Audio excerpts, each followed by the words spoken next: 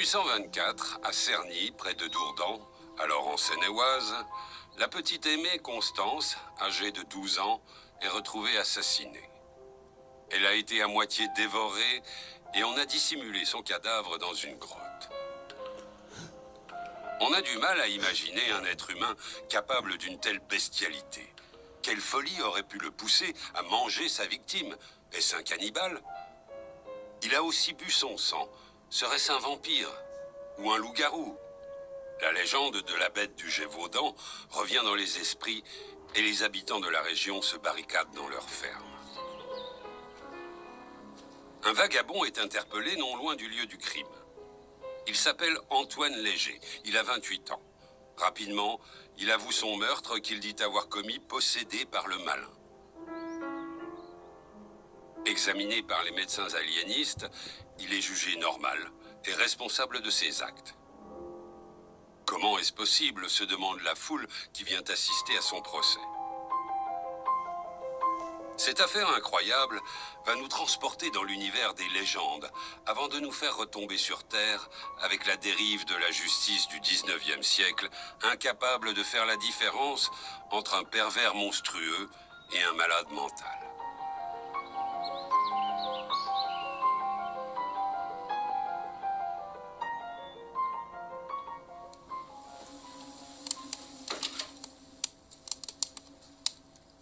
La famille de Bully, vigneron à Itteville, près de La Ferté-Alais, est inquiète. Aimée Constance, leur fille de 12 ans et demi, n'est pas rentrée et le soir tombe. Elle est partie ébourgeonner des plants de vigne près du bois de Bondivaux ce 10 août 1824. Une louve a été signalée rôdant dans la région. La petite a pu se faire attaquer. Le père de Bully et ses fils décident d'aller vers la vigne pour la retrouver. Sur place, ils découvrent, bien rangé auprès d'un arbre, le chapeau, les souliers et la serpette d'Aimée Constance, mais aucune trace de la jeune fille.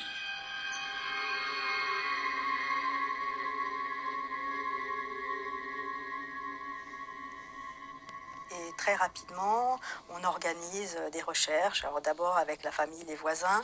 Le lendemain, c'est la municipalité, le maire qui organise des battues avec les gens du village. Et on se rend compte de l'intensité des solidarités en fait, qui se mobilisent face à cette disparition autour d'une famille qui est une famille plutôt aisée en fait à Itteville, des vignerons, propriétaires.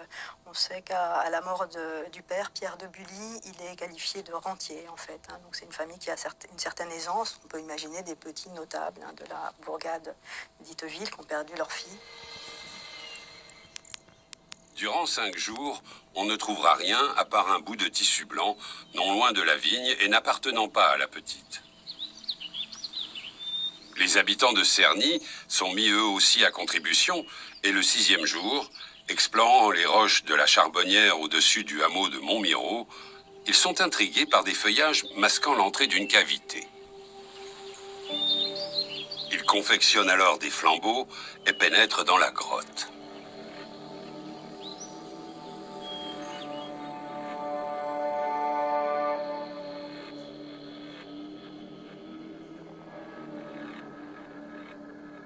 Une espèce d'énorme roche, donc percée de grottes. Et donc dans une de ces grottes, on va retrouver traces de passage. Quelque chose a vécu là. Mais surtout, une odeur pestilentielle se dégage du fond d'une des grottes.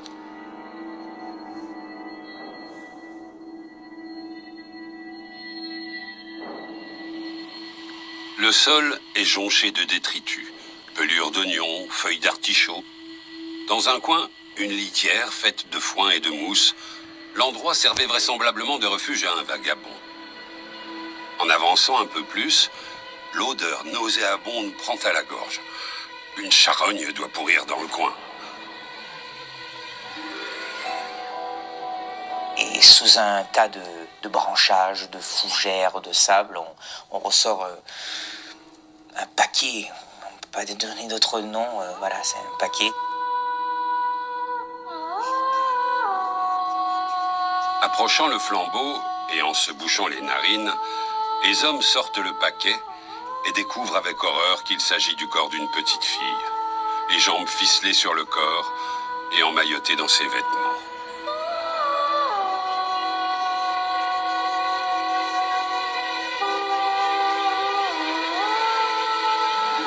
Les détails sur l'état du corps peuvent faire frémir, quoi. Il a été mutilé d'une façon absolument abominable, digne de ce qu'on pourra évoquer 60 ans plus tard avec Jack l'Éventreur. Le corps a été éventré et le détail qui a vraiment marqué toutes les personnes présentes, c'est que le cœur a été percé. Les parents de Bully vont immédiatement reconnaître les effets de leur fille. C'est bien ce qui reste d'Aimée Constance qui gît là. Prévenus, les autorités judiciaires arrivent, accompagnées d'un médecin qui procède immédiatement à une première autopsie. Alors ensuite, ce qui se met en place, c'est la justice moderne, en fait, qui essaye d'établir des séries de preuves scientifiques. Donc très vite, le même jour où on pratique l'autopsie, il y a un médecin qui est appelé le docteur Balu et qui va autopsier le corps de la victime. Et donc il va établir là une série de faits qui va permettre d'organiser l'enquête par la suite. Alors quels sont ces faits? Déjà c'est une mort d'origine criminelle. Donc là elle a bien été assassinée. Donc il y a un assassinat, première qualification. Le corps de la petite fille a été ouvert sur toute sa longueur avec un instrument particulièrement tranchant. De nombreuses plaies sont visibles, comme si l'assassin avait planté son couteau à plusieurs endroits du corps. La tête et le cou sont gorgés de sang, alors que le cœur et les vaisseaux autour sont complètement desséchés. Le monstre qui a fait ça a littéralement aspiré le sang. Les parties génitales sont méconnaissables, en partie dévorées, et comble de l'horreur, la fillette a été sodomisée.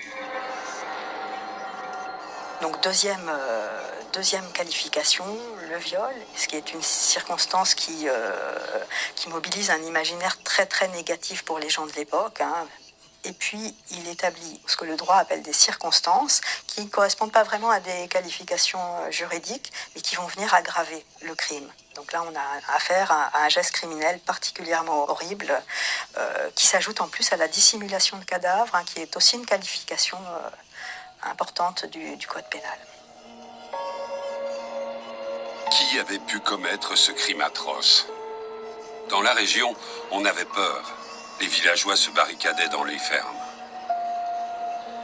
À ce moment-là, plutôt que de soupçonner quelqu'un, on ne peut pas imaginer qu'un homme soit capable de faire un acte pareil, on soupçonne les loups d'être les responsables, d'avoir mangé la petite fille et l'avoir traînée dans cette tanière. Mais rapidement, on peut se poser la question, comment des loups enterreraient leurs victimes sous des branchages et tout? Ce n'est pas possible. Et donc, l'idée d'un lycanthrope commence à faire jour dans l'esprit des gens. Le lycanthrope, plus communément appelé loup-garou en Occident, est une créature de la mythologie grecque. Dans ses métamorphoses, Ovide raconte comment Zeus, par vengeance, aurait transformé le roi d'Arcadie, Lycaon, en loup parce qu'il avait voulu lui faire manger de la chair humaine. Les légendes des lycanthropes se sont développées tout au long des siècles et on retrouve leurs traces dans différents pays d'Europe. Pétrone, par exemple, il parle d'un homme qui s'est déshabillé, qui a laissé ses vêtements sous une pierre, qui s'est baigné dans un lac, et en sortant du lac, il devient un loup-garou. Donc ça, c'est une image qu'on retrouve dans toute la mythologie des loups-garous, le fait de se dévêtir, le fait de traverser un lac. Donc tout ça, c'est le ferment qui va ensuite être repris au Moyen-Âge. Dans les mythes germaniques, il y a également des loups-garous. Des transformations d'hommes en animaux. Notamment, il y avait dans la littérature et dans la tradition viking, il y a le mythe de Fenrir, un chien immense, qui est le fils de Loki. Loki qui est un dieu malfaisant. Et Fenrir est censé détruire les dieux. Donc on essaie de l'enchaîner, il brise toutes ses chaînes. Finalement, on arrive à lui mettre un ruban magique qui l'enchaîne. Et ce ruban magique, un jour, il va se casser. Et c'est Fenrir qui va manger Odin, qui va tuer tous les dieux, il va tuer Odin. Et c'est le fils d'Odin, donc, qui arrive avec ses bottes, avec des bottes particulières, à l'ouvrir la gueule et à tuer Fenrir. Et c'est l'avènement des hommes, et c'est le Valhalla, version viking. Vers la fin du XVIIIe siècle, une autre histoire de loup-garou va être révélée en France. En Lozère, entre 1764 et 1767, une mystérieuse créature appelée la bête du Gévaudan va dévorer une centaine d'hommes, de femmes et d'enfants, semant la terreur dans tout le territoire. Des troupes royales seront mobilisées et bientôt toutes sortes de rumeurs circuleront sur la créature dont on ne saura jamais vraiment quelle en était la nature. En 1824, 70 ans plus tard, les croyances en des êtres surnaturels sont toujours présentes dans les esprits. Outre les loups qui semblent, on va dire, à la base, la piste la plus probable, mais quand même avec beaucoup de doutes, à cette époque-là, dans les petits villages, dans les petits hameaux, on a tendance à remarquer toutes les personnes qui ne rentrent pas dans les cadres, qui ne rentrent pas dans les normes, et notamment les vagabonds. Et il y a, de fait, un vagabond dans le coin. On se pose quelques questions à son sujet. Le 12 août 1824, alors qu'Aimé Constance avait disparu depuis 2 jours et que les recherches se poursuivaient, un garde forestier remarque un individu à l'allure suspecte qui se désaltère dans une vasque près du bois de Bondiveau. Il tente de l'interpeller, mais l'homme se débat et réussit à s'enfuir. Le soir même, le garde est à l'affût. Et lorsque le vagabond apparaît, il l'arrête avec quelques villageois qui sont venus lui prêter main forte.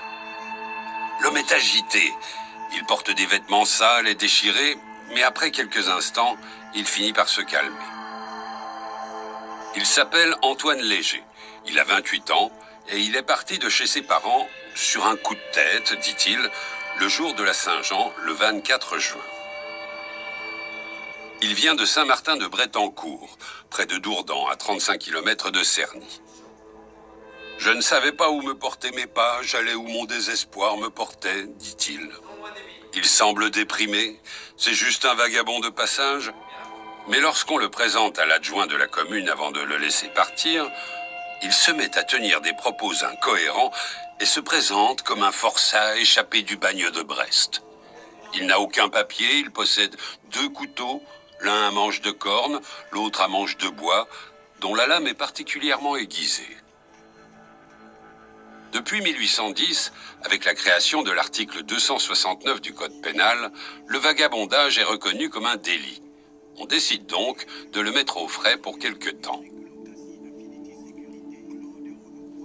Sauf que, une fois en prison, Léger va évoquer auprès de ses co-détenus, dans la conversation, que depuis son évasion et depuis son arrivée dans la région, il s'est réfugié dans les bois et qu'il a survécu en se nourrissant, en pillant les jardins. Et notamment, il dit qu'il mangeait des artichauts, des pois et du blé qu'il piquait dans les champs. Et cette information va remonter aux oreilles des policiers parce que, à l'endroit où on a retrouvé le corps d'Aimé Constance de Bully, sur le sol, on a retrouvé des restes d'artichauts, des restes de pois et des épis de blé qui ont été consommés. Et très rapidement, on fait le rapprochement entre ce vagabond, ce prétendu forçat, ce qui est un mensonge, et sa présence au niveau des grottes, des broches de la Charbonnière. On décide alors d'interroger une nouvelle fois ce vagabond, devenu un suspect potentiel, mais Antoine Léger nie farouchement son implication dans l'horrible crime d'Aimé Constance. Des femmes le reconnaissent. Elles l'avaient vu rôder dans les alentours. À l'une d'elles, il avait dit « Il faut que je te baise ». Il faisait peur. Il était vêtu d'un habit de drap bleu foncé. Il était tout dépoitraillé, comme s'il n'avait pas eu de chemise. Quand il m'a adressé la parole, j'ai eu une grande frayeur et je m'en suis allé tout de suite, raconte une paysanne. D'autres éléments sont accablants pour Antoine Léger. Le mouchoir retrouvé sur lui est de la même étoffe que le bout de tissu retrouvé près de la vigne où la petite fille a disparu. Le couteau, particulièrement tranchant à manche de bois, pourrait avoir servi à dépecer la pauvre victime.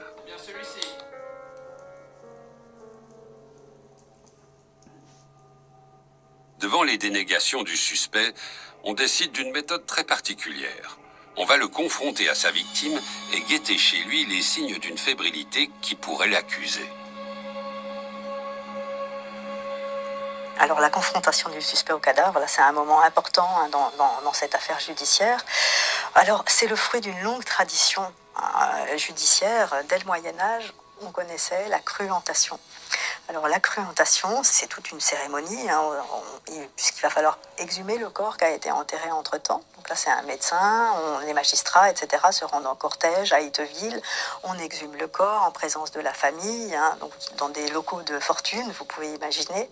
Et on va examiner la correspondance des couteaux et des plaies. C'est un geste simple qui est pratiqué par le médecin et on se rend compte que ça coïncide parfaitement. Donc c'est avec beaucoup de certitude, l'arme du crime hein, qui était détenue par Antoine Léger. Donc là, c'est une preuve quand même très lourde. Hein, et ça va être difficile de continuer à nier après ça.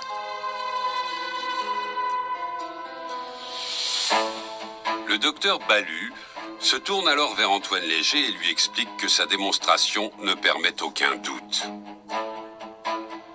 Il note dans son rapport: il n'a répondu ni par approbation, ni par improbation. Néanmoins, si sa figure n'exprimait pas les remords, son âme en ressentait. Mais il n'y eut que la respiration qui nous apparut inégale et gênée, et la circulation qui était sensiblement ralentie et concentrée, comme si le sang se fût porté de la périphérie du corps au centre, qui nous permirent de déceler la conscience agitée par le crime dont tant de preuves matérielles l'accusaient, malgré la dénégation absolue dans laquelle il se renfermait. La petite a été violée. Le docteur Balu veut vérifier que c'est bien Antoine Léger qui a commis l'acte odieux. Il le fait déshabiller.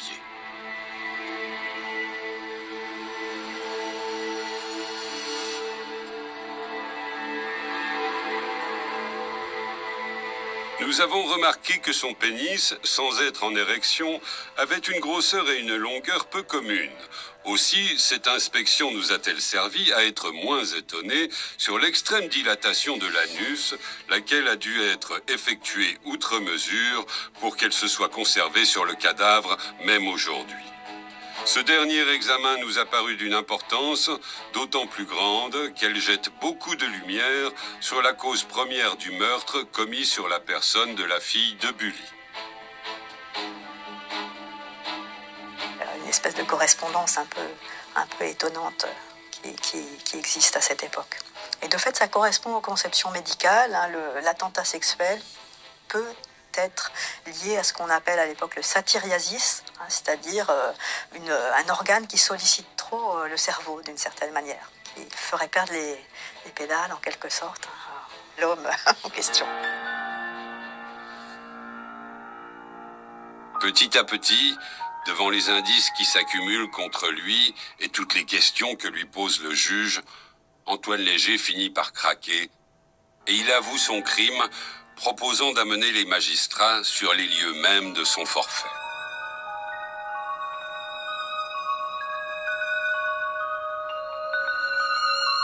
De retour à Étampes, où il est maintenant emprisonné, il est présenté devant le juge d'instruction Charlemagne Poileux pour un interrogatoire. Alors, Antoine Léger est né en 1795, alors à Saint-Martin, qui est un village de l'actuelle Essonne. Et c'est un fils de fermier. Et très tôt, il montre qu'il a un rejet de ses premiers aveux. Il raconte le départ de chez ses parents, son errance qui l'a conduit à La Ferté, la nourriture qu'il trouvait dans les bois, mangeant des racines et des baies,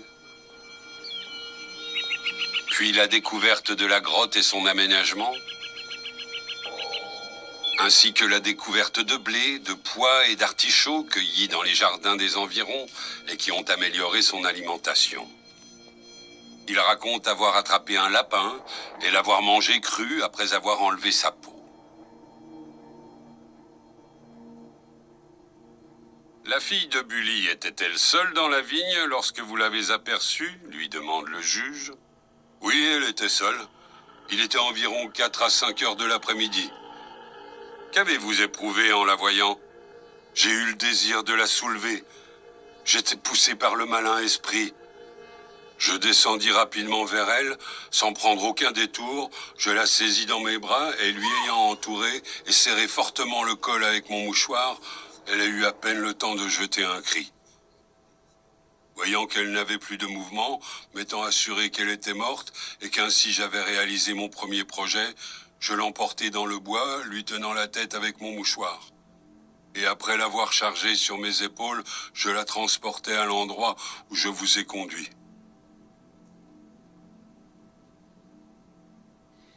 Et il fait subir, il fait subir toutes sortes de sévices absolument innommables, qui culminent avec le cannibalisme. Donc, il éventre la fillette, il boit son sang, il perce le cœur, boit même le cœur, comme un animal, comme un loup.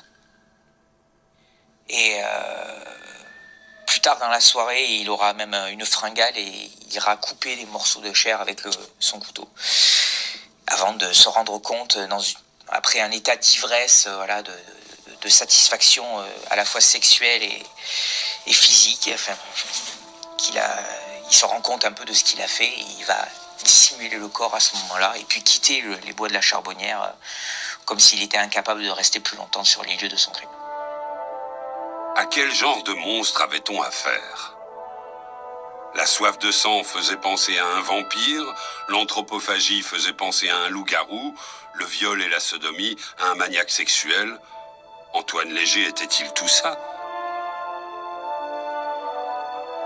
De fait, des descriptions qu'on fait d'Antoine Léger à cette époque, eh bien, ce côté loup-garou, mi-homme, mi-animal, a été assez prononcé. On le décrivait comme ayant une mâchoire avancée, des dents assez pointues, un air vraiment féroce, digne d'un loup. À l'époque, d'abord il y a un tabou sur le cannibalisme, c'est aussi parce que le loup-garou peut être plus facilement assimilé à un démon, un diable. La littérature qui fait suite de grandes découvertes rapporte des exemples de cannibales dans des îles lointaines ou des Indiens, etc. Mais ce ne sont pas des Occidentaux, ce sont des sauvages. Une société occidentale ne peut pas être un cannibale. C'est un possédé, un animal, mais je pense que c'est pour ça qu'on ne parle pas de cannibalisme. Et un certain nombre de traces permettent de penser que Antoine Léger lui-même considérait qu'il était un loup-garou. Déjà, dans le récit qu'il fait de son crime, il dit qu'il était pris par le malin esprit. Sa mère aussi mentionne cette histoire d'esprit diabolique qui aurait pu saisir son fils. Il a été vu se baignant tout habillé dans une mare. Et on sait que le fait de se baigner dans l'eau, dans des récits collectés par les folkloristes de l'époque, c'est un moyen qui permet de se transformer en loup. Et puis, dernier élément de preuve, c'est la date du crime, le 10 août 1824. Et si on va voir les calendriers lunaires, on se rend compte que c'était au matin suivant la nuit d'une pleine lune. Donc on peut faire l'hypothèse, tout au moins, qu'il s'est transformé pendant la nuit, entre guillemets. Je ne me prononcerai pas sur la réalité ou la symbolique de la transformation. Pour mieux comprendre Antoine Léger, le juge Poileux fait appel au docteur Piner, médecin des hospices civils et de la maison d'arrêt de la ville d'Étampes, et au docteur Laurent, médecin des prisons de la ville de Versailles, auquel il demande d'étudier son cas. En interrogeant les proches d'Antoine Léger, on constate que des signes précurseurs de sa perversion apparaissent dans sa jeunesse, comme le jour où il a jeté tous les chats de la maison dans la rivière, après leur avoir attaché une corde autour du cou. D'autre part, il avoue s'être masturbé régulièrement depuis l'âge de 12 ans. Mais quand on lui demande s'il a déjà eu des accès de folie, il répond « Non, je n'en ai pas éprouvé. J'ai seulement la tête un peu faible. Le frère de mon père est mort à l'asile à Bicêtre. Et j'ai un de mes frères qui, je crois, a comme moi la tête un peu faible. » Ce qui est intéressant par rapport à ce crime, c'est qu'ils sont incapables de donner une explication globale. À la limite, ils peuvent dire c'est un viol, donc voilà, les organes génitaux trop trop gros, il a des sollicitations trop importantes, ça explique le viol. Ils peuvent dire qu'il avait faim et que c'est pour ça qu'il a mangé, mais ils n'arrivent pas à englober en fait l'ensemble des gestes d'Antoine Léger.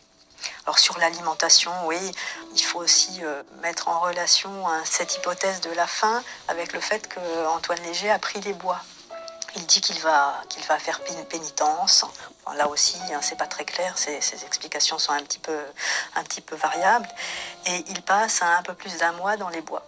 Et du coup, c'est évidemment, dans les bois, il va avoir un petit peu du mal à se nourrir. Il se nourrit de racines. C'est ce qui explique aussi qu'il va voler des légumes dans les jardins potagers. Il a un petit peu d'argent, donc on sait, là aussi, il y a tout un récit qui est extrêmement précis, qui est fait auprès des villageois. On sait qu'il a acheté du pain, qu'il a acheté du fromage, donc qu'il avait de l'argent.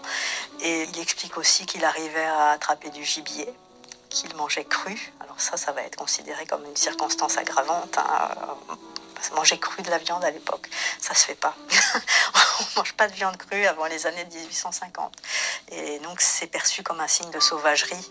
C'est un petit peu, il a gagné l'espace sauvage, Antoine Léger, en se réfugiant dans les bois et en vivant comme ça de rapine. Et son crime renvoie probablement aussi à cette vie sauvage qu'il a entamée. Après 15 jours d'examen, les médecins déclarent qu'Antoine Léger ne présente aucun trouble dans l'exercice de sa raison, ni la moindre trace d'aliénation mentale. Une conclusion que n'auraient certainement pas eue les éminents aliénistes de Paris qui commencent à s'opposer à la justice en démontrant que certains condamnés ne sont que des fous en état de démence.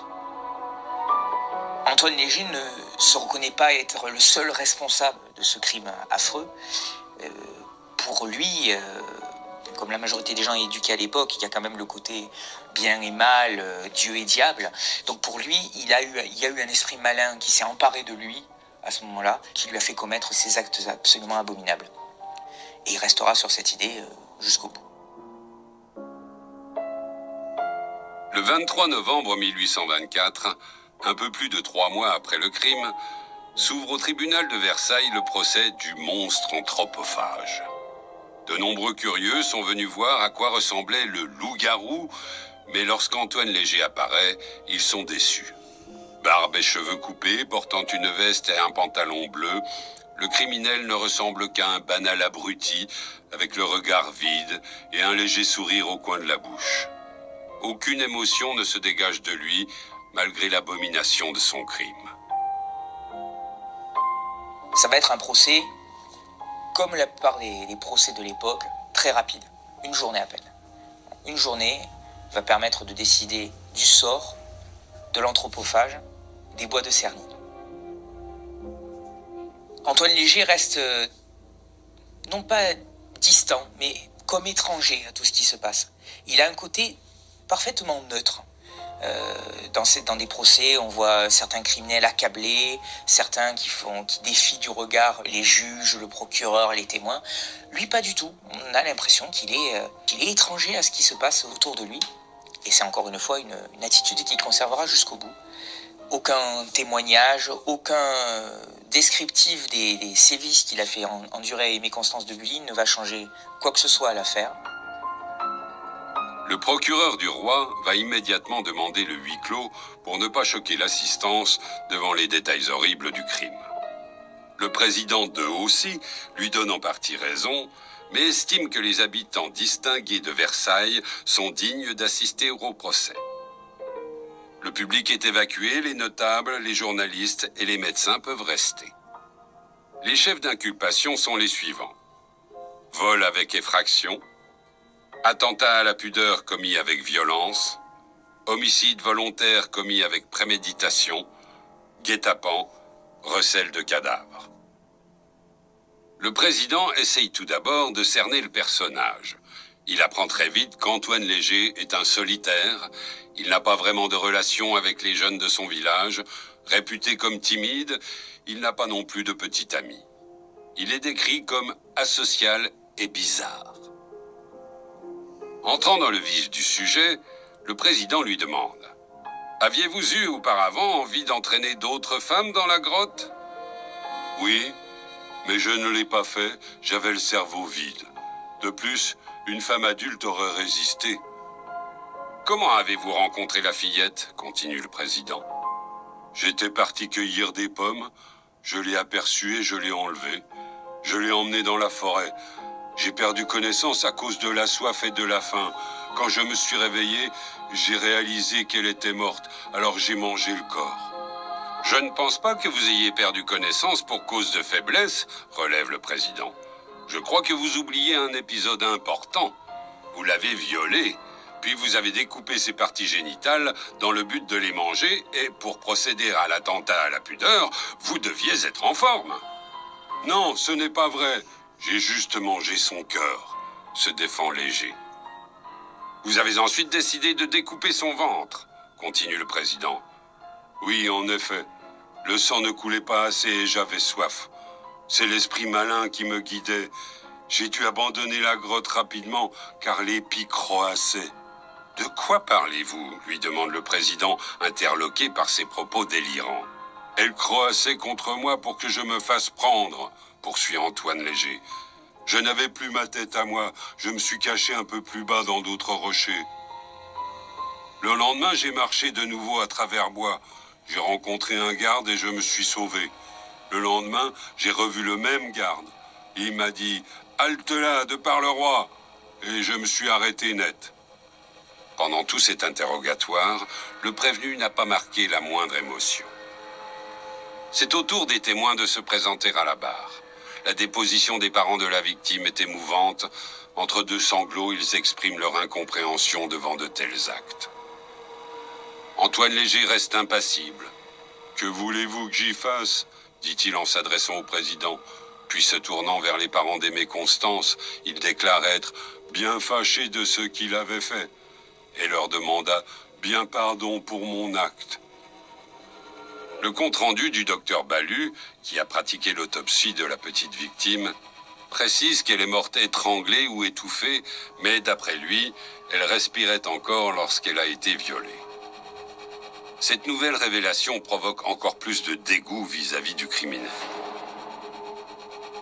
Le réquisitoire du procureur Douai d'Arc reçoit un écho favorable du public et des jurés. Il accuse Antoine Léger d'avoir prémédité son crime, dissimulant tous les indices et tentant de disparaître de la région en ayant pleine conscience de l'acte horrible qu'il avait accompli.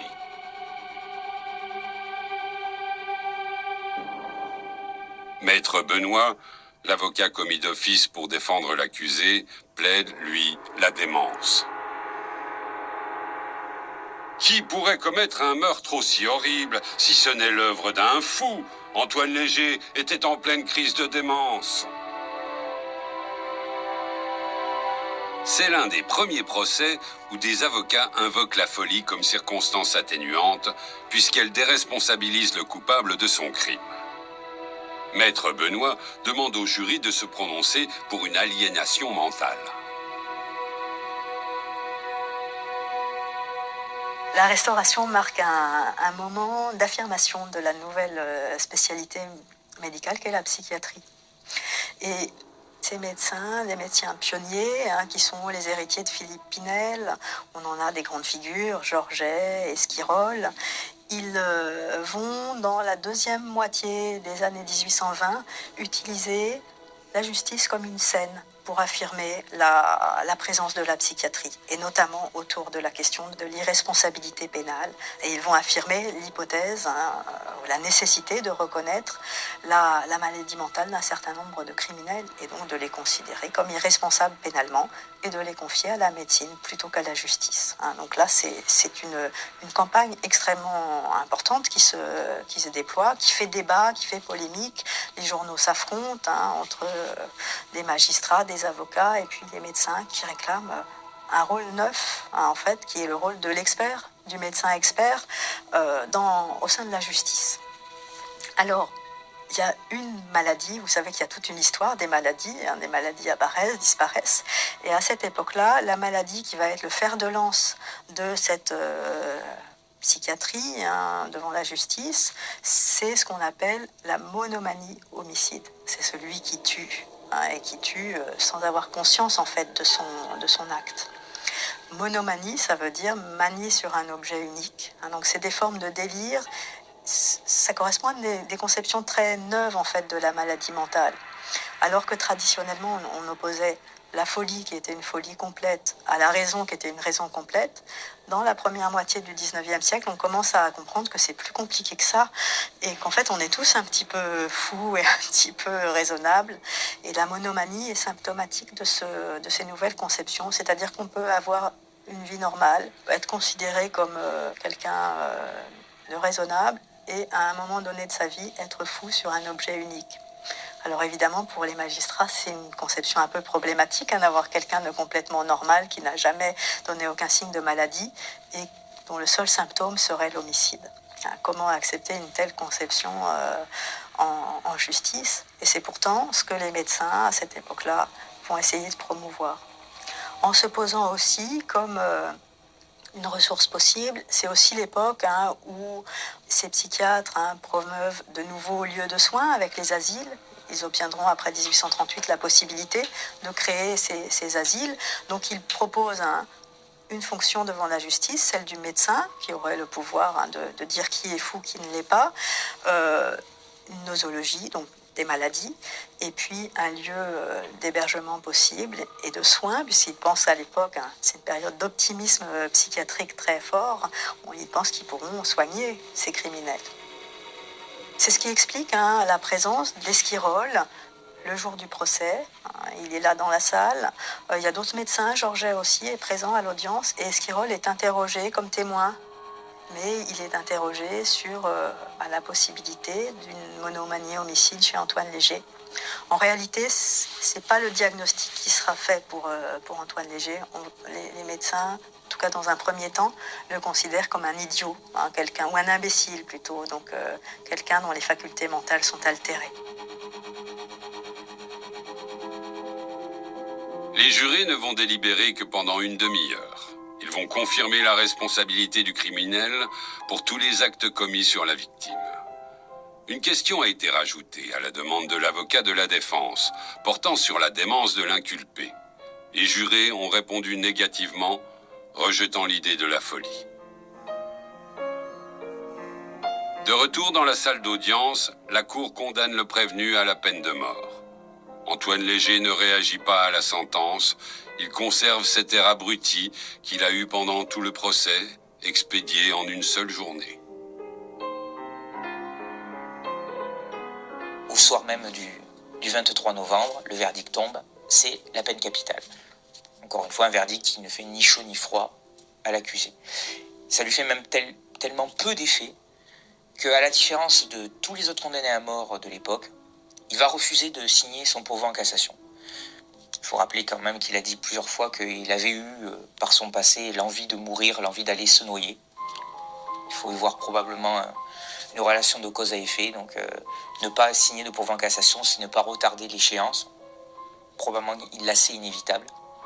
Ce qui fait qu'à peine 8 jours après son procès, le 30 novembre 1824, sur une place de Versailles, la guillotine est dressée et le bourreau Rennes exécute Antoine Léger, Antoine l'anthropophage, devant une foule qui est venue acclamer la mort du criminel.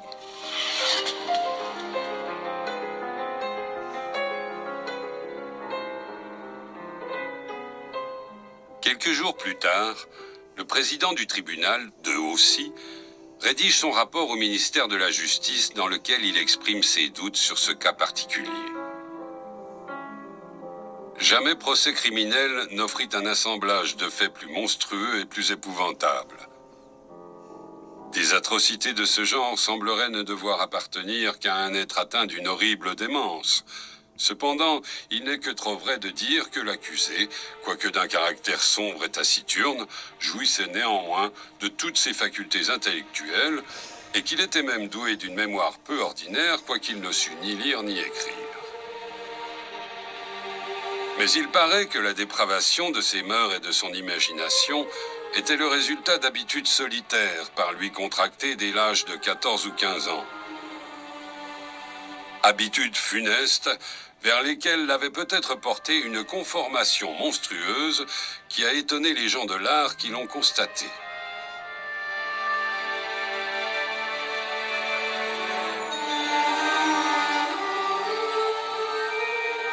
Dans la communauté scientifique, on s'interroge. Antoine Léger avait-il un dérèglement psychiatrique pour avoir commis de tels actes? Quand un condamné à mort est exécuté, la tradition veut qu'on aille l'enterrer dans un coin reculé des cimetières, ce qu'on appelle le carré des suppliciés. Mais fréquemment, et ce jusque dans les années 1960-1970, la médecine a envie de savoir davantage sur les condamnés à mort exécutés. Avoir un corps en bon état à autopsier, c'est toujours une façon de faire des examens pratiques supplémentaires, notamment dans le cas comme celui d'Antoine Léger, où on veut absolument savoir était-il fou, était-il conscient de ses actes? Pour répondre à cette question, Franz Joseph Gall, fondateur de la phrénologie, et Jean-Étienne Esquirol, aliéniste, médecin-chef de la Maison royale de Charenton, ont récupéré la tête du condamné pour l'analyser. Ils vont découvrir qu'il avait effectivement une malformation. Une adhérence morbide entre son cerveau et ses méninges. L'éminent aliéniste Étienne Georget, qui a suivi l'affaire Léger dès son début avec ses confrères Alexandre Brière de Boismont et Charles Marc, publie une brochure en 1825 dans laquelle il écrit « Antoine Léger n'était pas, comme on l'a dit, un grand criminel, un monstre, un cannibale, un anthropophage. Cet individu était, suivant nous, un malheureux imbécile, un aliéné qui devait être renfermé à Bicêtre parmi les fous. »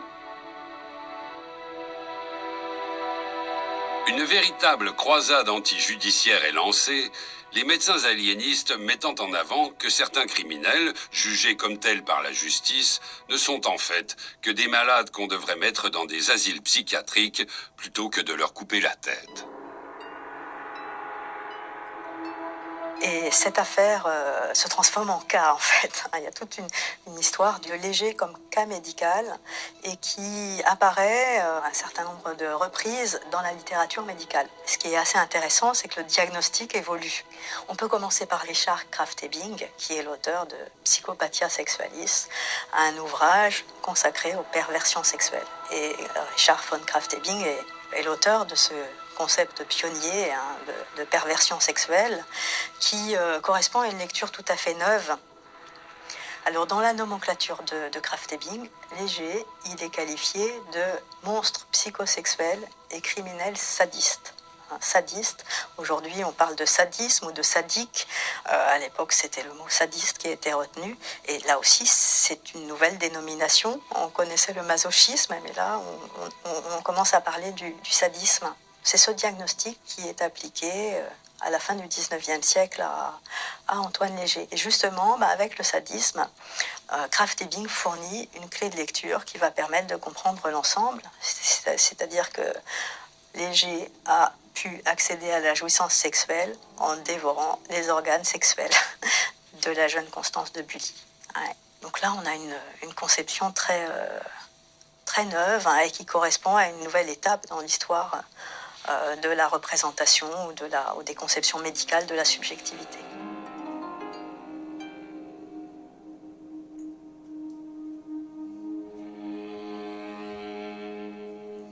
Effectivement, l'affaire, ce qui choque, c'est que voilà, y a un meurtre, il y a du cannibalisme ou de l'anthropophagie. Donc c'est surtout ça qui est noté à l'époque.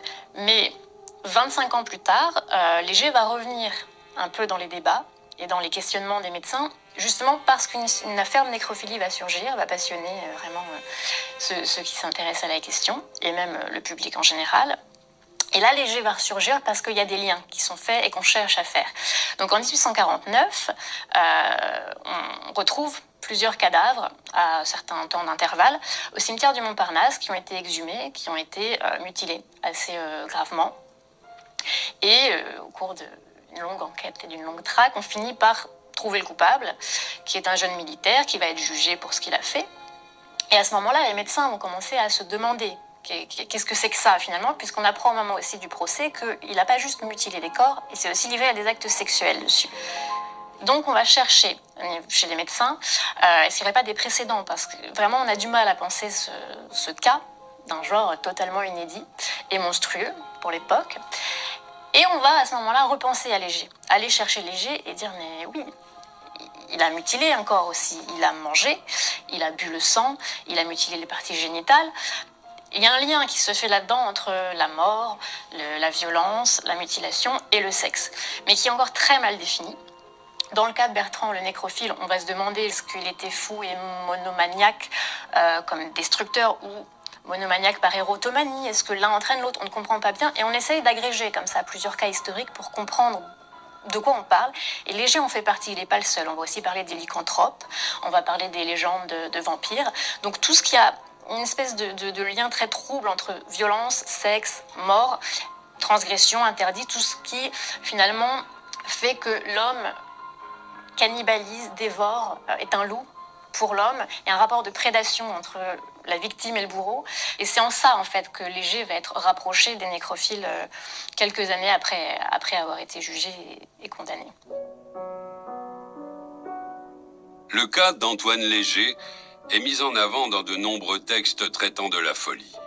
Il est montré comme l'exemple d'une véritable erreur judiciaire. Le monstre, l'anthropophage, le lycanthrope, le pervers sexuel n'était en fait qu'un malheureux malade mental.